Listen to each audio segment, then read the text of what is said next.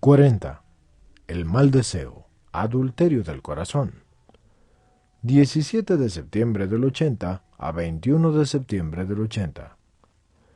Durante la última reflexión nos preguntamos qué es el deseo, del que hablaba Cristo en el Sermón de la Montaña en Mateo 5, 27 y 28.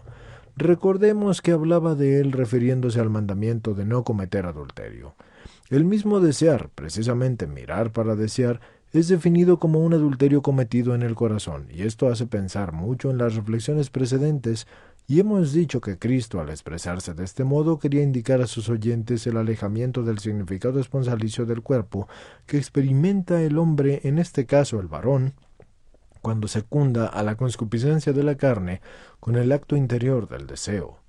El alejamiento del significado esponsalicio del cuerpo comporta al mismo tiempo un conflicto con su dignidad como persona, un auténtico conflicto de conciencia. Así aparece que el significado bíblico, y por lo tanto también teológico del deseo, es diverso del puramente psicológico. El psicólogo describirá el deseo como una orientación intensa hacia un objeto, y a causa de ese valor que pueda tener de manera peculiar.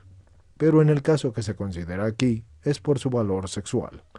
Según parece, encontraremos esta definición en la mayor parte de las obras dedicadas a los temas similares, y sin embargo la descripción bíblica, aun sin infravalorar el aspecto psicológico,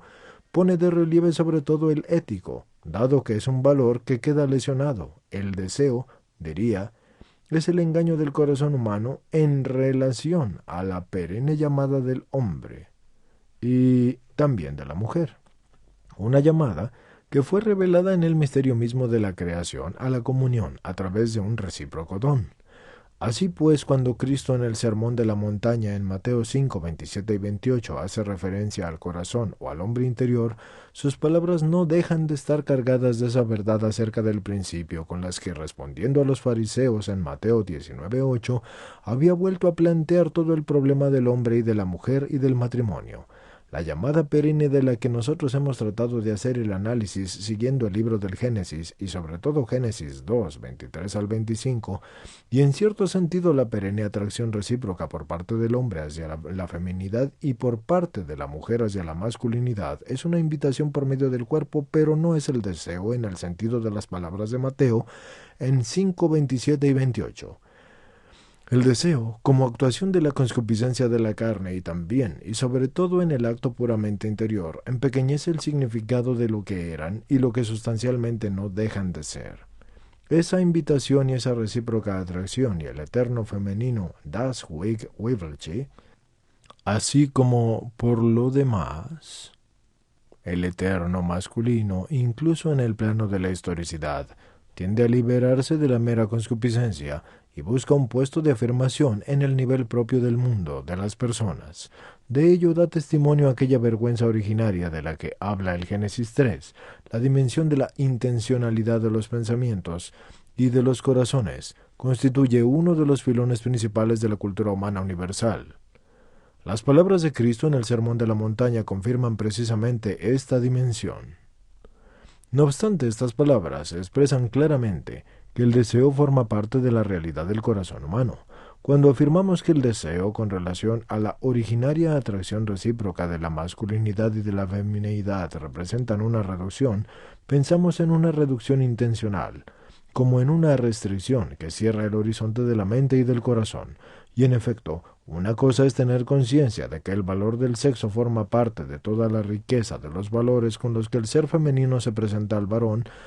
y otra cosa es reducir toda la riqueza personal de la femineidad a ese único valor, es decir, el sexo, como objeto idóneo para la satisfacción de la propia sexualidad. El mismo razonamiento se puede hacer con relación a lo que es la masculinidad para la mujer. Aunque las palabras de Mateo 5, 27 y 28 se refieren directamente solo a la otra relación, la reducción intencional, como se ve, es de naturaleza sobre todo axiológica. Por una parte, la eterna atracción del hombre hacia la feminidad en Génesis 2.23 libera en él, o quizás debería liberar, una gama de deseos espirituales y carnales, y de naturaleza sobre todo personal y de comunión. El análisis del principio, a lo que corresponde una proporcional jerarquía de valores. Por otra parte, el deseo limita esta gama, ofuscando la jerarquía de los valores que marca la atracción perenne de la masculinidad y de la feminidad. El deseo ciertamente hace que en el interior, y esto es, en el corazón, en el horizonte interior del hombre y de la mujer, se ofusque el significado del cuerpo propio de la persona.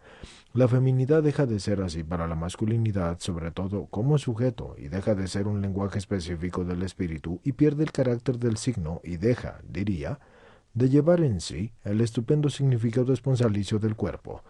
Deja de estar situado en el contexto de la conciencia y de la experiencia, y de este significado, el deseo que nace de la misma concupiscencia de la carne desde el primer momento de la existencia en el interior del hombre y de la existencia en su corazón,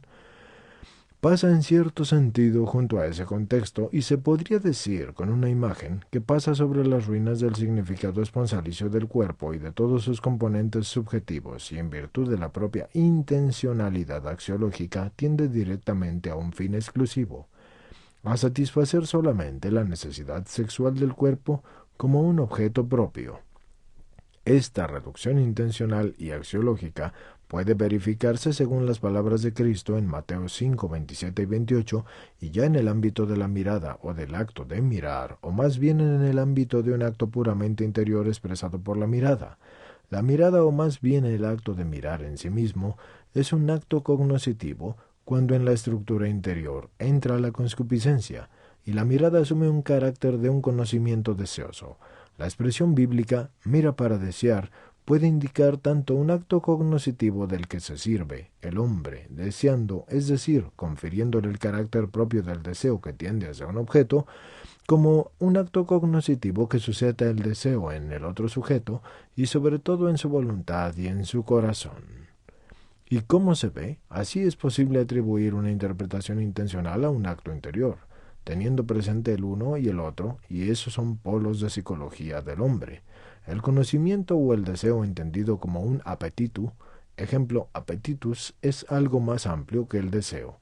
porque indica todo lo que se manifiesta en el sujeto como una aspiración, y como tal se orienta siempre hacia un fin, y esto es hacia un objeto conocido bajo el aspecto del valor. Sin embargo, una interpretación adecuada de las palabras de Mateo 5, 27 y 28 exige que a través de la intencionalidad propia del conocimiento o del appetitus percibamos algo más, es decir, la intencionalidad de la existencia misma del hombre en la relación con el otro hombre, en nuestro caso del hombre en relación con la mujer y de la mujer en relación con el hombre. Eso nos convendrá volver en sobre este tema al finalizar la reflexión de hoy, y es necesario añadir aún que en este o ese deseo, en el mirar para desear del que se trata el sermón de la montaña, la mujer para el hombre, que mira así, deja de existir como un sujeto de la eterna atracción y comienza a ser solamente un objeto de la concupiscencia carnal. A esto va unido el profundo alejamiento interno del significado esponsalicio del cuerpo, del que hemos hablado ya en la reflexión precedente.